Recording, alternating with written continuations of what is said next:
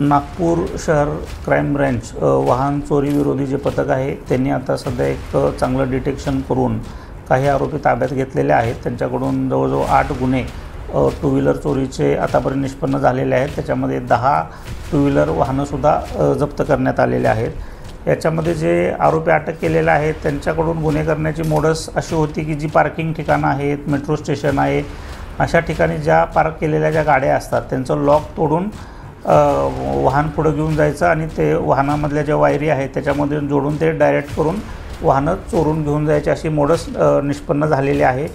आणि ज्या चोरून नेलेल्या ज्या गाड्या आहेत त्या 4 ते 5 हजार अशा किमतीमध्ये ते दुसऱ्याला विकून टाकतात असं सुद्धा लक्षात आलेलं आहे। त्याच्यावरून आपण हे आरोपी ताब्यात घेतलेले आहेत।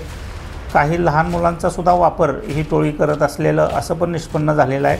या गुन्ह्याचा आता पुढील तपास सुरू आहे। सध्या जो यशोधरानगरचा गुन्हा होता त्याच्यामध्ये हे सर्व प्रकार लक्षात आलेला आहे आणि त्याच्यातून ह्या ज्या गाड्या मिळाल्या त्या वेगवेगळ्या पोलीस स्टेशनमधून चोरी गेलेल्या आहेत असं प्राथमिकदृष्ट्या तपासात निष्पन्न झालेला आहे। याचा पुढचा तपास अद्याप सुरू आहे।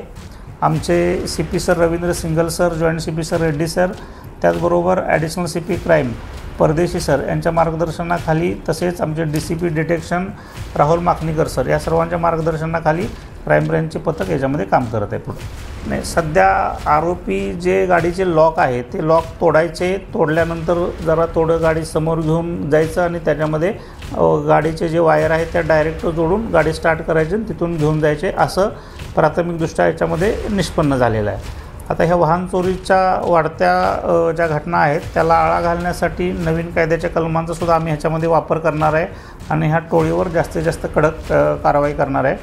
त्याचबरोबर मी जे नागरिक आहेत त्यांनासुद्धा आवाहन करू इच्छितो की आपण ज्यावेळेला गाडी पार्क करता त्यावेळेला त्याला जे आपण लॉक वापरतो फक्त त्या गाडीच्या लॉकवर अवलंबून न राहता त्यांचे जे टायरला जे लॉक आहेत ते सुद्धा वापरणं गरजेचं आहे, जेणेकरून ह्या घटनेला आळा बसू शकतो। हे आरोपी गाडी चोरी केल्यानंतर नागपूरमधलेच काही लोकांना विकत असल्याचं निदर्शनास आलेलं आहे आणि तसे आम्ही एक आरोपी ताब्यात पण घेतलेला आहे। बाकी पुढचा तपास सुरू आहे।